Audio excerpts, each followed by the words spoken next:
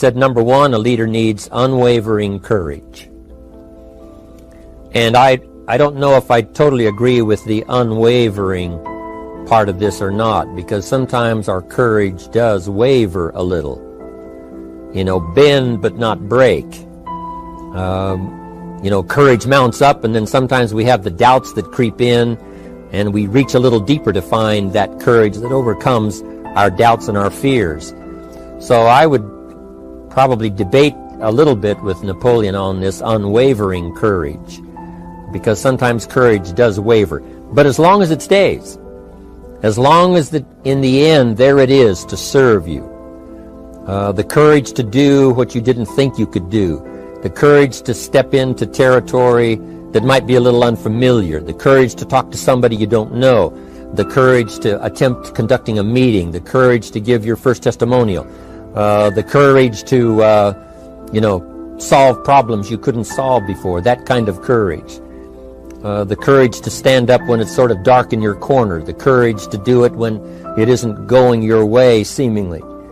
The courage to try to have a good day in the midst of a bad day. That kind of courage.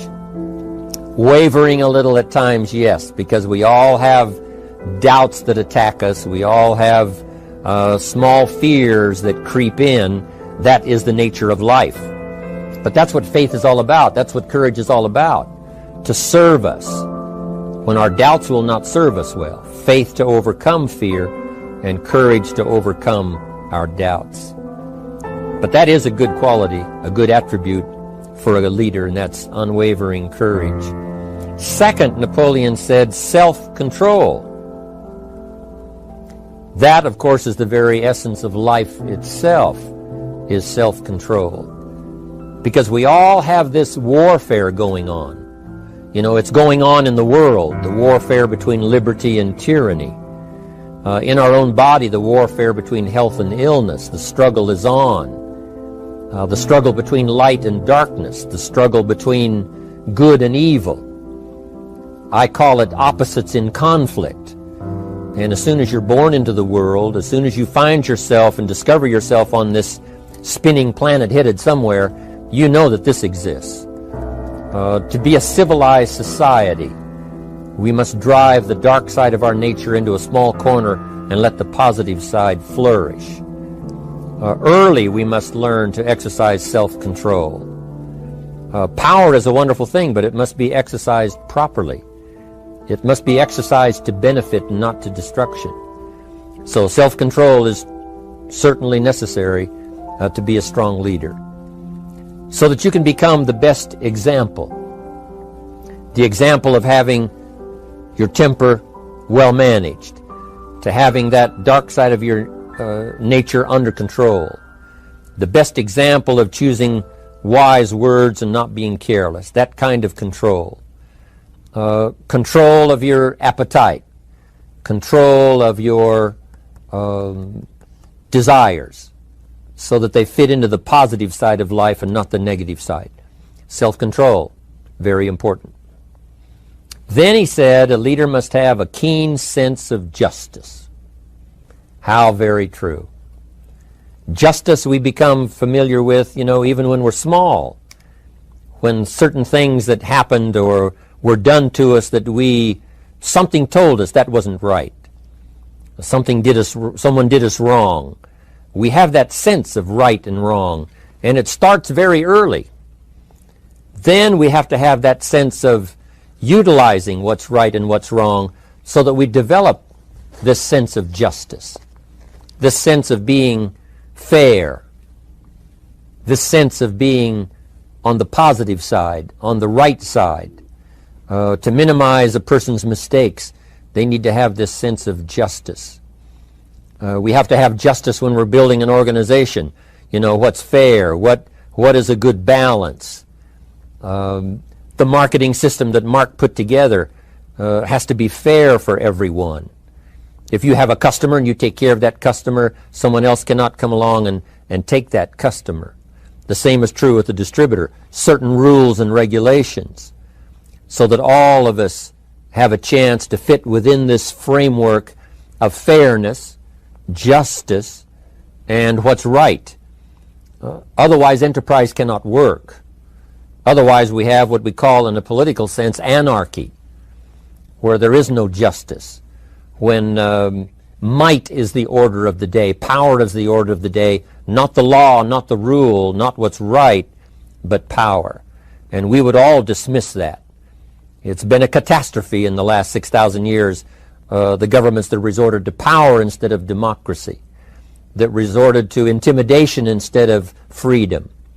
And we all know the terrible toll that that takes. But it takes a toll not only politically in a country or politically around the world, but it takes a toll even in enterprise. It takes a toll in school if a teacher is unfair. It takes a toll in working on a team where someone is unfair, or where the leadership is not fair in the administration of justice. So this is true. A keen sense of justice and what's fair and what's right. Part of this we have to learn as we go. You know, you don't have it all the first year. You haven't got it all the second year, the third year. After all the years that I've, been around, both as a human being and as a business person, we're still, even at these years, trying to decide what's best, what's fair, what's right, to give balance to our life and to build on a firm foundation for the future. So I agree with Napoleon. Good idea. A sense of justice. Here's another one, he said. Definiteness of decision. Indecision is the thief of opportunity. If you don't decide, the opportunity could slip away. If you don't decide what you're going to do today, the day could get away and you're not very effective. I talked about in my recent travels about time management. Here's one of the best ideas of time management. Don't start the day until you have it finished.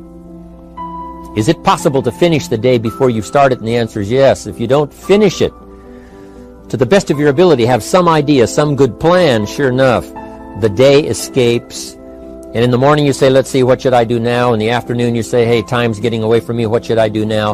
And now most of the day is lost.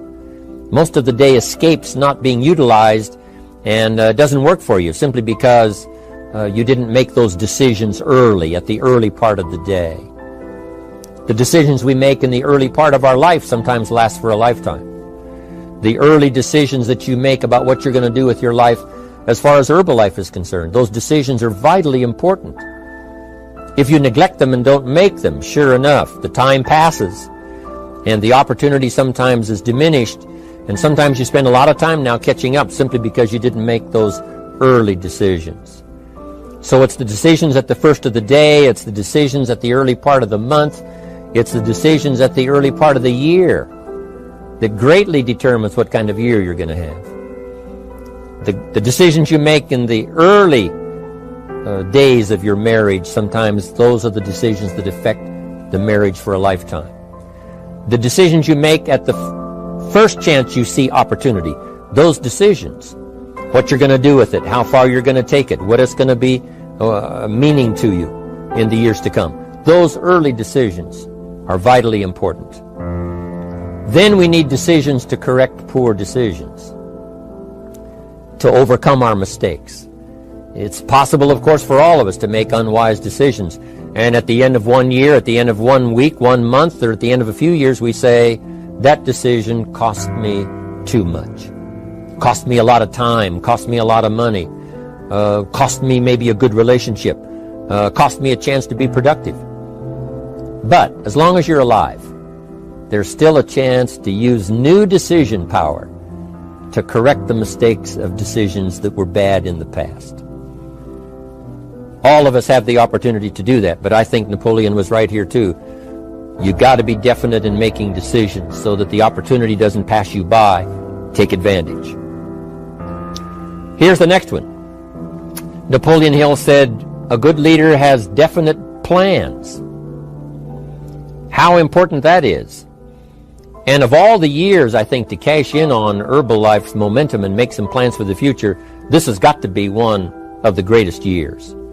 Herbalife in these 18 years now has created some incredible momentum, not only in opening up the countries, but momentum in the refinement of our marketing, momentum in developing new products, momentum in developing our support system. The key is now for you to make plans to ride on that momentum. Herbalife is like the tide that comes in, and the rising tide lifts all the ships if they're in the water. If your ship and your boat is not in the water, even though the tide comes in that would lift all the ships, if yours is not in the water, then it doesn't benefit you. So here's what you should do. Have the same intensity to make your plans for the future as Mark Hughes has. As the President's Team, Chairman's Club especially, make the plans for the Herbalife Company future, you've got to now make your plans. Don't let this momentum pass you by. Don't let this momentum go uncashed in on. Don't let it be like a lost cause for you. And maybe you've, because of the lack of plans, have lost a month or two, or you've lost a week or two, or maybe you've lost a year, and you were 10% effective instead of 100%. Now's the time to change all that and start making some plans. Your Herbalife plans, they're vitally important. You might as well cash in on the Herbalife plans for world expansion, the Herbalife plans for expansion within your country, the Herbalife plans for the expansion of the business, the incentives. Cash in on that, capture that, and say, I've got to have some plans that match Herbalife. Not necessarily match Herbalife in numbers, but that can match Herbalife in momentum, that can match Herbalife in cashing in on the opportunity, your plans for Herbalife expansion. You got to have some plans for your family, right? You got to take your family along. Don't leave them out. One of the challenges all of us have in making our plans is how to balance everything, to make sure that we don't regret at the end of the year, I spent too much time on that. I spent too much money. And then if you have, say, how can I not do that again? And construct some better plans. So that you won't have any regrets at the end of a year to come, 5 years to come, 3 or 4, 5 years to come. Definite plans. The plans for the use of your money. One thing I've admired about Mark Hughes since I've met him all those years ago, once he started becoming successful, he had a splendid plan, not only for his personal success in terms of financial security, but in terms of the company. Because Mark has to look after the company and make sure that the company is secure, that the company has plenty of reserves, so that no matter what happens around the world, and when you're doing business in 37 countries, you can imagine what the challenge is to make sure the plans for each country are there, the backup plans, the financial plans, as well as products and opportunity and marketing. It is a challenge beyond comprehension to most of us what kind of planning that takes in terms of trying to make Herbalife secure for the future. I described it in one of the summit classes as Mark takes the same pledge that the President of the United States takes, and that is to preserve and protect and defend the Constitution, says the President. But Mark has to preserve and protect and defend the company to make sure it's viable, not just in America where it started, but all around the world in each country. It's an awesome responsibility. But now for you, your plans to be financially secure. If you're starting to make some big money in Herbalife, I'm telling you, you got to have a good plan for your resources so that you find yourself secure regardless of what happens. I agree with Napoleon here. You got to have good plans. One more on plans, and that is the plan for your personal development. The plan to be better this year than last year. The plan to take the classes, attend the workshops, do everything you possibly can to show personal progress, not just financial progress, not just the progress of having one more car or one more home, but the progress of personality, the progress of communication skills, the progress of recruiting skills, the progress in how to deal with people, progress in using your influence so that it multiplies its power by 5 by 10 versus what it used to be. You need those kind of plans. A plan for personal growth, personal development, a plan to be all that you can possibly be in the years to come as you develop your Herbalife business and your life business and your family business, all of that. Got to have good plans. Next, Napoleon Hill had a good saying. It was something my father had and passed it on to me as a good philosophy, and here's what he said. A good leader has the habit of doing more than what he gets paid for. What an incredible philosophy this is. The habit of doing more than you get paid for. It's what we call the service that you put out like seeds in the ground that doesn't bring the harvest immediately, but the harvest is yet to come. It's called like putting out the capital in capitalism.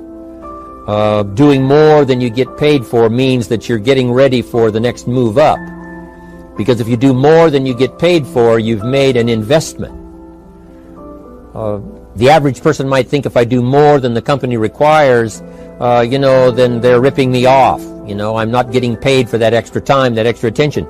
But you must not view it that way. You must say, I'm getting there a little earlier, staying a little later, as an investment in my own personal future. Because I want that kind of reputation. I want that kind of philosophy to work in my life. Do more than you get paid for. And this philosophy works incredibly well in Herbalife. You make the Herbalife sale of the Herbalife products. Now you must do more than you've gotten paid for. Right? They've got the product, you've got the money. But you can't stop your investment there. Now you must develop the investment in time, effort, and energy in turning that new customer into a testimonial. And sometimes that's the most difficult work, the work after the sale. Because the sale might be fairly easy. Someone says, hey, I've been looking for this product, I need it, here's my money. But now you've got to stay with them, make sure they don't just buy the product, but that they use the product. And that they don't just use the product, they keep using the product.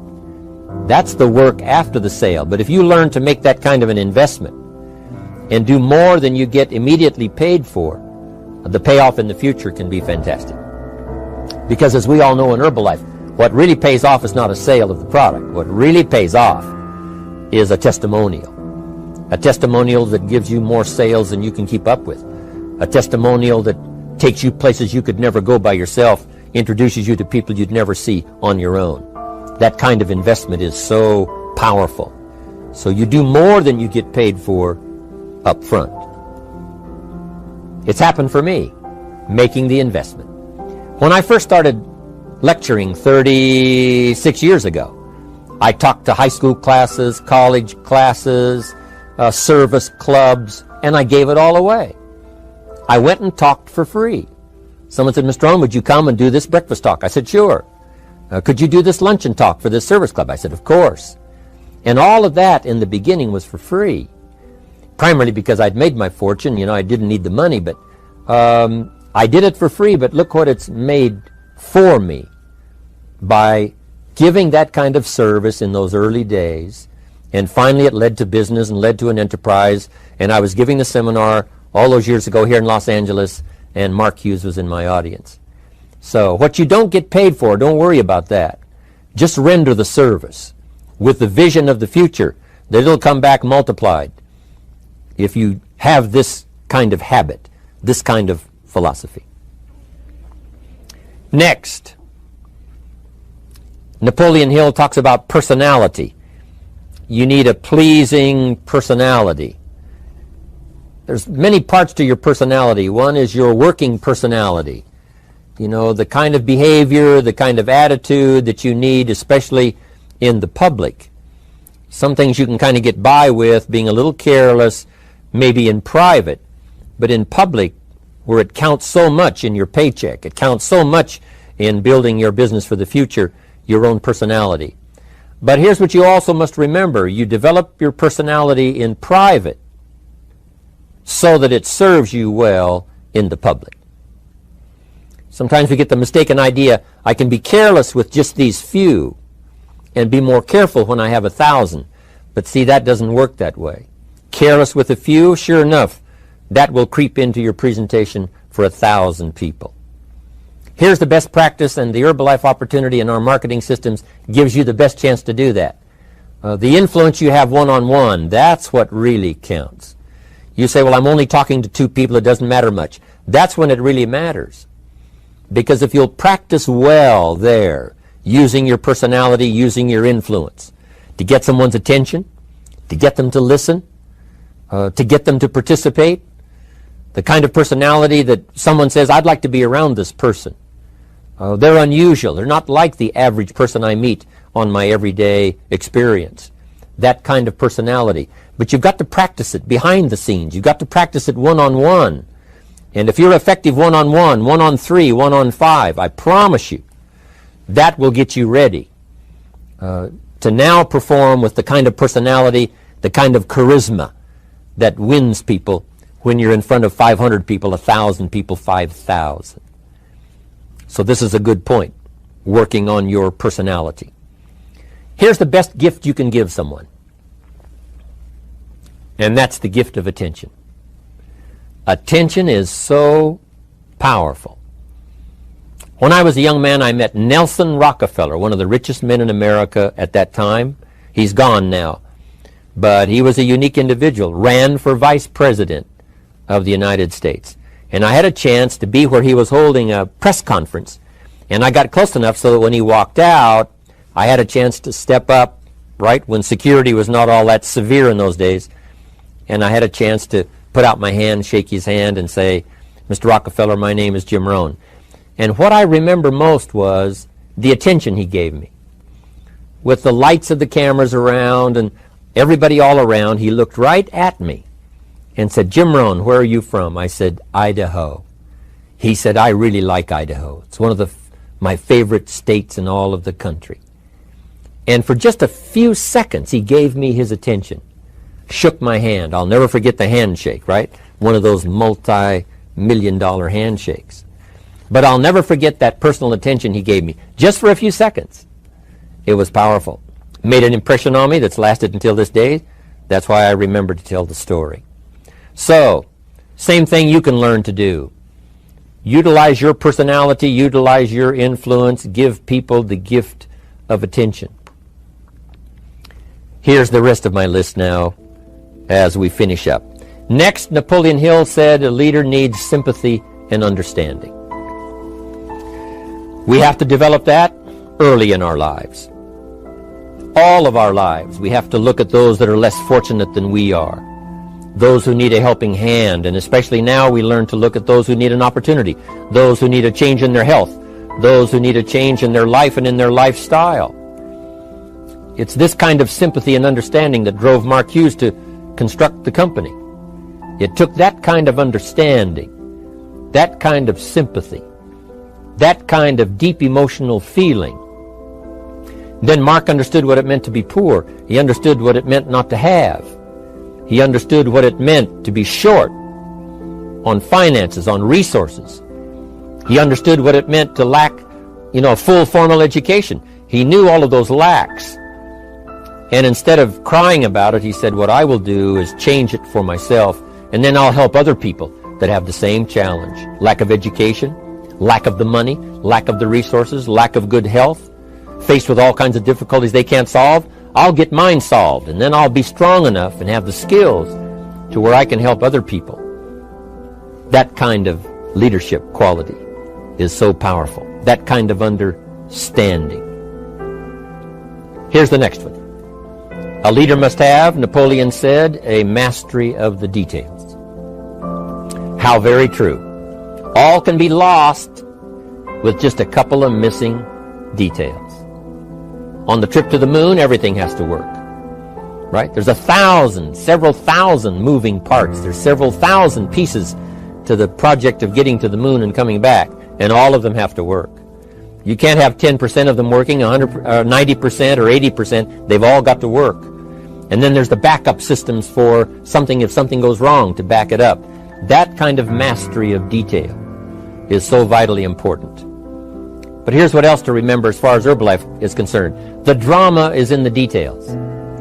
Someone says, I lost 30 pounds. Well, 30 pounds is 30 pounds, but that's not the drama. The drama is, where were you before you found Herbalife? How did you feel? What kind of circumstances? Now someone begins to give us some of the details. And then after they've lost the weight, now how they feel, now their self-confidence has been restored. Now they feel better about themselves. The drama is in the details. But this is also important in the details of your day, the details of your business, the details of good communication. Master the details. Good advice, Napoleon Hill. Now here's the next three. Willingness to assume full responsibility. All of us have been taught that, especially these Herbalife years, to take full 100% responsibility. Mark Hughes says, what happened to me might not have been my responsibility, but what I do about it is my full responsibility. I've had some things, some people did me wrong. In his first couple of business experiences, he was done wrong. Some people ran off with the money. He was left holding the bag. But he said, that's what happened. And I was not responsible for what happened.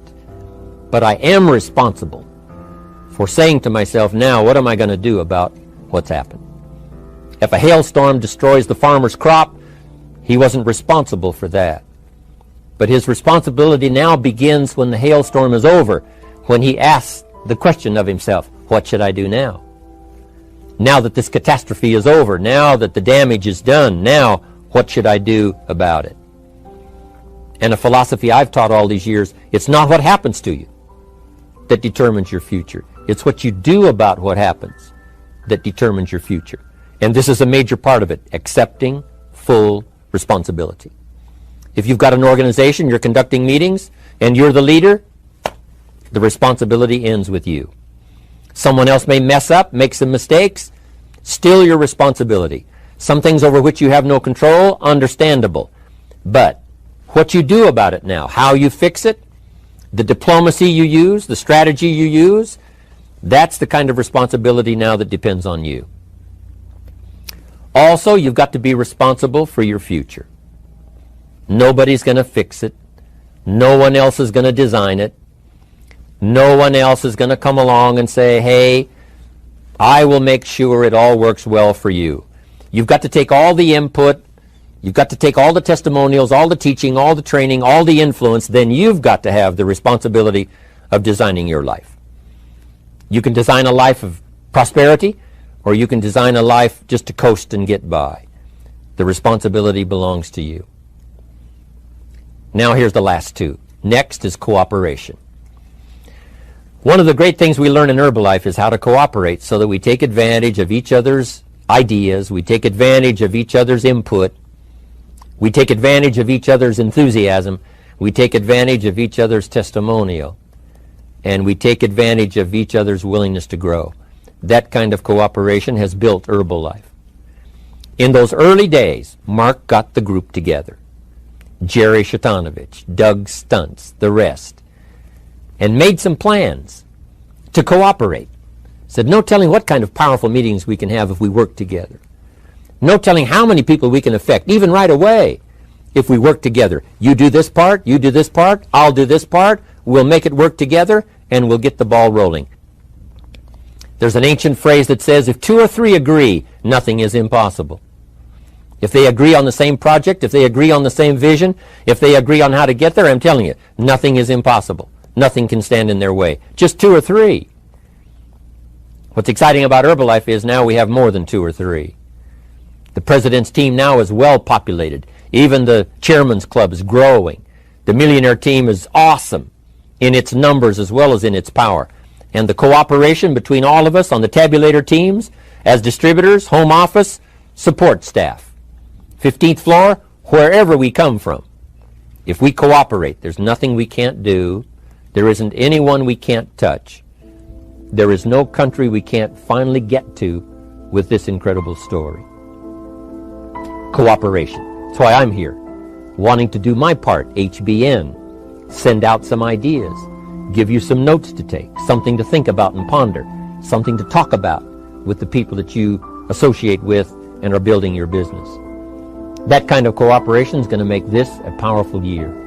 It'll get us to the 2 billion, 3 billion, 5 billion. But it'll get us to much more than just those numbers. It'll get us to a place of honor, respect, prestige, influence, feeling good about ourselves for the hard work that we're doing, cooperating with each other. I want to cooperate with you, helping build your business. All of us cooperate with the support system of Herbalife. We're on our way. We will have the billions. We'll have the stories. We'll have the experiences. Now here's the last one. Napoleon Hill said, a major attribute of leadership is vision. Vision is in many parts. One, a vision for your own course to follow. A vision for you, for yourself. A vision for your financial future. A vision for your health. A vision for your wealth. A vision for you to latch onto and make something out of. A vision for your family. Because vision must now lift others as well as ourselves. Guess what our family is counting on? That we'll be able to see things that at first they cannot see. That we'll be able to look further into the future than perhaps they will be able to look. The same is true with your organization, the people that are around you. They're counting on your vision. Perhaps you've been there a little longer than they have. Maybe you've been there a lot longer than they have. And they will look to you to help them see things that they can't see in the beginning. And if you will do that, develop that attribute of leadership, I'm telling you, you'll have such a dramatic effect on your organization, it will be unbelievable. A vision for yourself, a vision for your family, a vision for your organization, a vision for the people that you're close to. The old prophet said, without vision, we die. We perish. Unless we can see into the future, life loses its meaning. Unless we can look further than just where we are at the moment, then we have no reason for faith, no reason for activity. But if we'll develop this skill, beyond any other skill, I'm telling you, it will help us touch people. Because they'll want to be around us. Because we have this look into the future. Not only the short-range vision of what we're going to do this week, this month, this year, but the long-range vision like Mark has, taking us to the 5 billion. You can have a vision that will take your organization into the future and bless everybody with success. We've called it Power Living, and let me just give you the list. All of this, I'm sure, is familiar to you. Maybe I can show it to you in sort of a new way with a new concept, but here's my list. It's a list you can use in your training, passing it on to someone else. And here it is. First, self-confidence. Where does self-confidence come from? And this is the best advice I can give you on that. Not neglecting, first of all, the small daily disciplines. Self-confidence really comes from feeling good about yourself. And one of the best ways to feel good about yourself is at the end of the day to know that you poured it on. You did your best. If you conducted a meeting, you did the best you could. If you made a phone call, it was the best phone call you could possibly make. If you wrote a letter, it wasn't a casual letter, it was your best letter. At the end of those kind of days, when you feel good about yourself, self-confidence starts to rise. You know that if you can have this kind of a good day, you can have another one the next day, and those days become the weeks become the months, and the month becomes a powerful year. Self-confidence comes from the lack of neglect. If you will not neglect to do the small daily disciplines, that's where self-confidence comes from. Part of good health is self-confidence. I know I'm going to be healthy. I take the Herbalife products. I eat the apple a day. I walk around the block. I do the jogging on the beach. At the end of the day, when you've really poured it on and you've done all the stuff, self-confidence grows. That self-confidence affects your health. It affects your future. It affects your psyche. So this is true. One of the great powers is self-confidence. Self-confidence means willingness to do whatever it takes to achieve. Some people say, well, I'll do it for a little while and see what happens. You know, I'll try a couple of things. If that doesn't work, I'm out of here. And all of us know that kind of person doesn't have much of a future. But if you're willing to do whatever it takes. If I have to learn a couple of things, I will learn those things. If I got to learn 5 or 6 things, I'll learn all 6. If I have to take an extra class, I'll take an extra class. If I've got to read the books, I'll read the books. If I have to consult with people who know more than I know, I will do the necessary consulting. Whatever it takes, I will do. That starts to develop unbelievable self-confidence. Self-confidence also comes from the ability to rise above your circumstances. Here's the next one, learning the power of purpose. A person who has purpose in their life, they have something to go for, some meaning. One writer described it, for some people it becomes a magnificent obsession. And for you and I, maybe it doesn't need to be that dramatic as a magnificent obsession. But it has to be something that does something to us, something that pulls us, especially into the future. You know, there are many influences on us. One is the influence of the past. Some people are always pulled back by the past. Some people are always pulled aside by the distractions. But here's what's powerful. If you have a list of high purpose in your life, it pulls you toward the future. And the more powerful the purpose is, the stronger it pulls. And here's the other great advantage if you have purpose for the future. It pulls you through all kinds of challenges and all kinds of difficulties. If you don't have these strong purposes for the future, it's easy to get swallowed by a bad day. It's easy to be almost annihilated by a poor month. And it's easy sometimes to almost disappear beneath the waves of a year that goes backwards if you don't have something to pull you beyond that year. So if you want something to pull you through all kinds of challenges, all kinds of difficulties and things that come at you, you got to have something on out there beyond today, beyond next week, beyond next month, beyond this year that pulls you into the future. And the clearer it is, the stronger it pulls. The more dynamic it is, the more it affects your life, your spirit, your heart, your soul. It also creates imagination. It gets your mind working on how to achieve that purpose. And if your mind will work, and if your heart works, and if your spirit works, and if you have good input, like good ideas, I'm telling you, there isn't anything you can't accomplish. So that's one of the great powers that'll make a variable of you, and that is purpose. The third on the list I had is expertise. Wanting to excel in all of the skills and settling for nothing less than an outstanding performance. If you're willing to be the best in your field, if you're willing to demand of yourself excellence in skills, to be the best that you can possibly be. In the training, do the best you possibly can. In doing a workshop, do the best you possibly can. Developing the skills of using your personality, developing the skills of language, developing the skills of influence, developing the skills of organizing. If you're willing to be an expert in all of the skills, Herbalife has the way for you to invest those skills and not only make a handsome living, not only make a lot of money, but if you would so desire and if it would be your purpose, a chance to make your fortune. Expertise, excellence in skills. Here was the next one on my list, making a powerful contribution to you, the variable, and that is preparation. Well prepared. And preparation, of course, involves a whole lot of things. A big share of our life is preparing, getting ready. When we go to the first grade in school, we're just preparing for the second grade. After we've finished 2 grades, the 2 grades prepare us for number 3.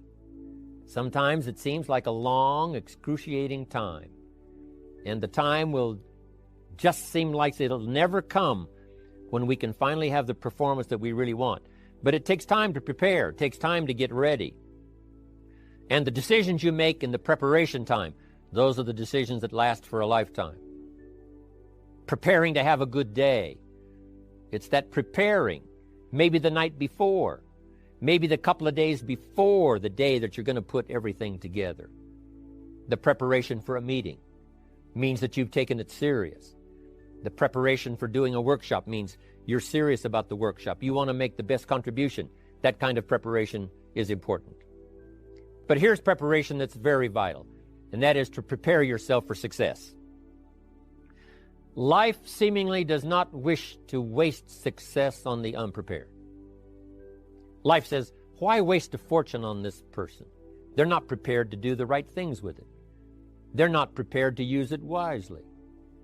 If a fortune was bestowed upon this unprepared person, it would probably be wasted. The people that could have been touched won't be touched. What could have been done won't be done because this fortune will have been wasted on the unprepared person. So not only look for fortune, not only look for the promise, but prepare yourself and ask of yourself, what can I do to make myself ready? Because remember, life was designed not to give us what we want, not to give us what we need, but life was designed to give us what we deserve. Next on my list to help you become the powerful variable was enthusiasm. And here's what I wrote about enthusiasm. Enthusiasm that's powerful is mostly enthusiasm that is enthusiasm inside, 90%, 10% outside. We all know what the enthusiasm is like when somebody lets us see their enthusiasm, which is like the 90%, and only 10% of it is inside. But the enthusiasm that really affects people is not just being loud, but the enthusiasm that runs deep, the enthusiasm that comes from deep inside, created by self-confidence, created by purpose, created by genuine willingness to help other people. That kind of enthusiasm, knowing that you're going to get the job done, knowing you're going to affect people, knowing you're going to have testimonials flowing in from all kinds of directions. That kind of enthusiasm. A lot of it is quiet. A lot of it is unheard. And the 10% that's heard, it rings a bell. People call it genuine enthusiasm because they know that what you say in the outward display of your enthusiasm is only a small tip of the iceberg of the enthusiasm you feel inside that really motivates you to do the best job you can. Every value in life must be paid for. And those that pay are the ones that get it. It says those that give, receive. Someone says, I wish to receive, I wish to receive. You don't have to concentrate on receiving. Just become a good giver. It says those that search will find. Someone says, well, I need to find some good ideas to help change my life for the future. Then to find good ideas, that doesn't come because you need them. It comes because you search for them. If you want good ideas, you got to go after them. You got to go to the class, you got to go to the workshop, you got to go to the training, go to the book, right? You got to go to the journal, right? Go where good ideas are being taught, go searching, go looking, because good ideas are not going to be wasted on those that are not seeking, searching, well prepared. So, prepare yourself to be ready for fortune when it comes, to be ready for challenge when it comes, to be ready for opportunity when it comes. Opportunity comes along and passes by the person that is not well prepared. I want to prepare myself this year for next year. Yes, I wish to be effective this year, but I'm also thinking of ways, how could I be better? How could my ideas be more powerful? How could they be sharper, more clear? How could I reach some people next year that I perhaps can't reach this year? I haven't reached deep enough into my own soul to affect some people. Some people just pass by and say, hey, what a good speech. But how could I make it stronger than that, deeper than that, more powerful than that? Now here's the next one. There's great power in self-reliance. Self-reliance means you simply look mostly to yourself. It would be nice if someone just gave you this, gave you this, gave you this. It would be nice if everyone did their job exactly as they're supposed to do it. But here's what you've got to do. Primarily rely on yourself. Primarily say, I'm the person responsible. And I will learn the necessary skills so that I can help people learn their skills. If I need lots of people to do certain things to build my organization, that is what I must have. But I've got to be the final backstop. I've got to be the final one that people can rely on. So that if this is missed and this is missed, I can catch up. I can fill the gap. I can do the job. We have to do it when we conduct meetings. We have to do it when we conduct training. We have to do it when we're in a class of just a few. What someone might have missed, we're there to fill in. Self-reliance. Primarily, we're learning to count on yourself. So that you can do this, never complain and never explain. Here's the next key power, and that's image. There's many parts to image. The image that others see you as, the image you have with other people. And it's very important how other people see you. If they don't see you as a leader, chances are they won't pay attention. If they don't see you as being in control, chances are they won't have the trust. If they don't see you as knowing where you're going, what you want to accomplish, they probably won't follow. But if people can see you, if you have the image of someone that's in charge, in control of your life, your future, your destiny, in control of the situation, if they see that, that kind of image is powerful. It helps to win the day. It attracts other people. People want to be around people that are in control, that are powerful, but they know how to use their power, influential, but they know how to use their influence. That kind of image is important. But here's a very important image, and that is your image of yourself. The way you dress, the way you talk, the way you think, your capacity for learning, all of that is an important image that you have of yourself. The image that you have that if it needs to be learned, you could learn it. If there's a book that needs to be mastered, you could master it. If there's a skill that needs to be learned, why couldn't you get busy now and learn that skill? That kind of self-image, that I am continually trying my best to be the best I can.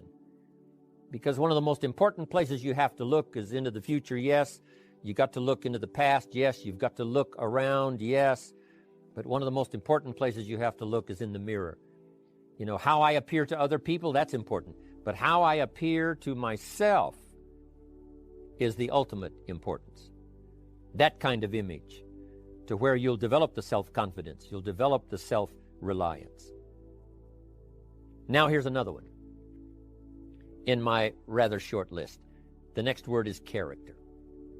Becoming a person of high values, a person of principles, a person of honesty, a person that earns respect. That kind of character. You know, cash it out as quickly as possible and leave. Mark was involved when others took advantage of him all those years ago before Herbalife. When someone took advantage and didn't have the character, didn't have the principles, and didn't have the character to stay, the character to see it through, the character to do the right thing.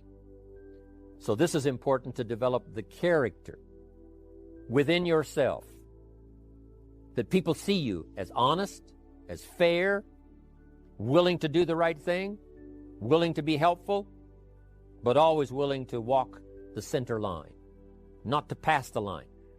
When we come to an opportunity like Herbalife, especially multi-level network marketing, it is so dynamic, it is so powerful, and it is so possible in fortune making that sometimes people want to speed up the process by cutting the corners, by neglecting to do the right things, you know, to cheat a little here, you know, cross the line just a little bit, because then, you know, it'll grow faster and you can cash in quicker. Not necessary here. Doing Herbalife right will build your fortune longer and stronger than trying to cut the corners and not doing it right. If we'll have the integrity that Mark had when he started it and keep perpetuating that we will do the right thing by the marketing system, the right thing by a distributor who has a customer and they take care of that customer belongs to that distributor. That kind of integrity in the marketing system, the kind of integrity we have among each other, the kind of character we have to rely on each other, because here's what we cannot do. We cannot do this by ourselves. Now here's another one. It's called self-discipline. Self-discipline, all of us have a challenge with that. Because sometimes it's easy, and especially if you're working hard, doing the best you can, it's easy sometimes to let up and let it go.